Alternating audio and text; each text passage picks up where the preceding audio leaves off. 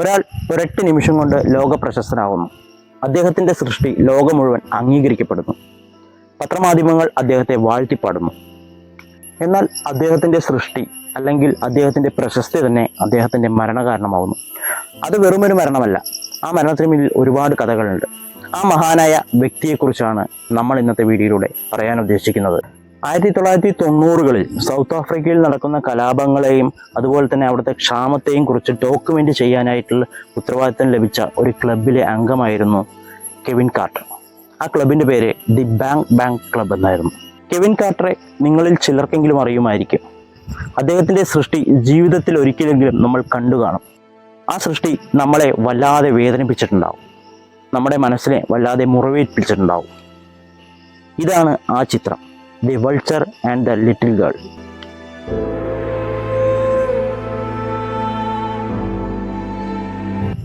(1993) സുഡാനിലെ ക്ഷാമത്തെക്കുറിച്ച് ഒരു ഡോക്യുമെൻ്റ് തയ്യാറാക്കുന്നതിൻ്റെ ഭാഗമായിട്ടാണ് കെവിൻ സുഡാനിലെത്തുന്നത്.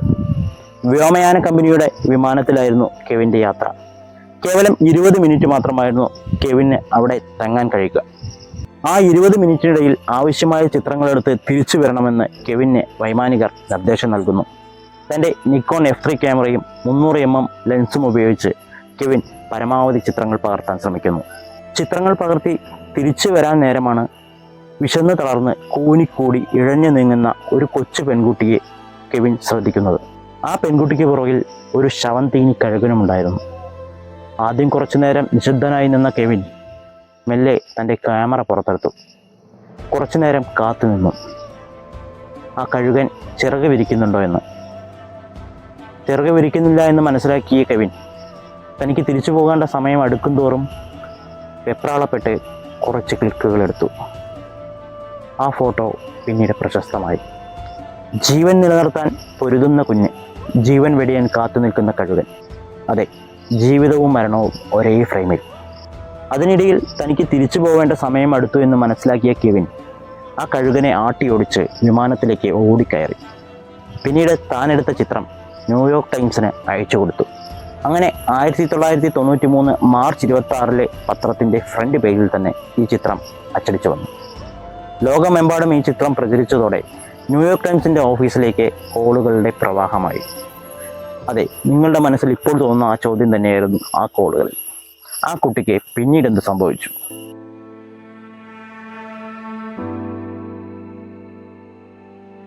കെവിനെ ഉദ്ധരിച്ചുകൊണ്ട് ന്യൂയോർക്ക് ടൈംസ് ഒരു പ്രസ്താവന പത്രത്തിലൂടെ പ്രസിദ്ധീകരിച്ചു. ആ കുട്ടിക്ക് ഭക്ഷണ വിതരണ ക്യാമ്പിൽ എത്തിച്ചേരാനുള്ള ആരോഗ്യമുണ്ടായിരുന്നു, പക്ഷേ പിന്നീട് എന്ത് സംഭവിച്ചുവെന്ന് അറിയില്ല. ഇതായിരുന്നു ആ പ്രസ്താവന. പിന്നീട് ആ ചിത്രത്തിന് പുലിറ്റ്സർ പ്രൈസ് ലഭിച്ചു. പക്ഷെ അപ്പോഴും വിവാദങ്ങൾ കെട്ടടങ്ങിയിരുന്നില്ല. ഒരു വശത്തുകൂടെ കെവിനെ അനുകൂലിക്കുന്നവർ അവർ സുഡാനിലെ ക്ഷാമത്തെ പുറത്തു കൊണ്ടുവരാൻ കെവിൻ കാണിച്ച പ്രവൃത്തിയെക്കുറിച്ച് പുകഴ്ത്തി. മറ്റു ചിലർ ആ കുട്ടിക്ക് എന്ത് സംഭവിച്ചു, എന്തുകൊണ്ട് ആ കുട്ടിയെ തൊട്ടടുത്തുള്ള ഭക്ഷണ വിതരണ കേന്ദ്രത്തിലെത്തിക്കാൻ കെവിന് സാധിച്ചില്ല, അല്ലെങ്കിൽ കെവിൻ അങ്ങനെ ചെയ്തില്ല എന്ന ചർച്ചകൾ നീണ്ടു തുടങ്ങി.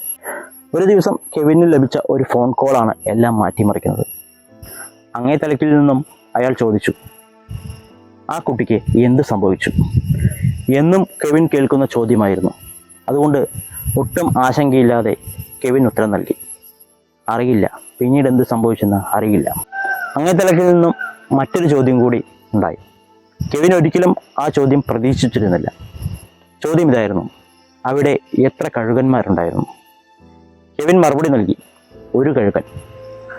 അപ്പോൾ അങ്ങേ തലക്കിൽ നിന്നും മറ്റൊരു മറുപടി എത്തി, അല്ല, ഒന്ന് കുട്ടിയുടെ മരണം കാത്തു നിന്ന ശവന്തീനെ കഴുകണം, മറ്റൊന്ന് ഫോട്ടോ പകർത്തിയ ഫോട്ടോഗ്രാഫറും. ആ വാക്കുകൾ കെവിനെ വലിയ ഡിപ്രഷനിലെത്തിച്ചു. പിന്നീട് തനിക്കുണ്ടായ കുറ്റബോധം സഹിക്കാൻ വയ്യാതെ കെവിൻ ജീവനൊടുക്കാൻ തീരുമാനിച്ചു. ഏറെ ചുറുചുറുക്കുള്ള ആ ചെറുപ്പക്കാരൻ ആത്മഹത്യക്ക് തിരഞ്ഞെടുത്ത രീതിയും വളരെ വ്യത്യസ്തമായിരുന്നു. തൻ്റെ പിക്കപ്പ് വാനിൻ്റെ പുറകുവശത്തെ പുകക്കുഴലിൽ ഒരു പൈപ്പ് ഘടിപ്പിച്ച് ആ പൈപ്പിൻ്റെ അങ്ങേയറ്റം ഡ്രൈവിംഗ് ക്യാബിനിലേക്ക് ഇട്ടു. പിന്നീട് ഗ്ലാസുകൾ ഉയർത്തി മെല്ലെ എൻജിൻ സ്റ്റാർട്ട് ചെയ്തു. ആദ്യം പുക ശ്വസിച്ച് ബോധക്ഷയനാകുകയും പിന്നീട് മരണത്തിന് കീഴടങ്ങുകയും ചെയ്തു. അങ്ങനെ തൻ്റെ 33-ാം വയസ്സിൽ പ്രശസ്തിയുടെ കൊടുമുടിയിൽ നിൽക്കുമ്പോൾ തന്നെ കെവിൻ ആത്മഹത്യ ചെയ്തു. കെവിൻ്റെ മരണം ഇന്നും ഉത്തരം കിട്ടാത്ത ഒരുപാട് ചോദ്യങ്ങൾ ബാക്കി വയ്ക്കുന്നു. കെവിൻ കാർട്ടർ എന്ന ആ ചെറുപ്പക്കാരൻ്റെ ജീവിതം നമുക്കെല്ലാവർക്കും പ്രചോദനവും പാഠവുമാണ്. ഇതുപോലുള്ള വ്യത്യസ്തമായ വീഡിയോകളുമായി വീണ്ടും കാണാം.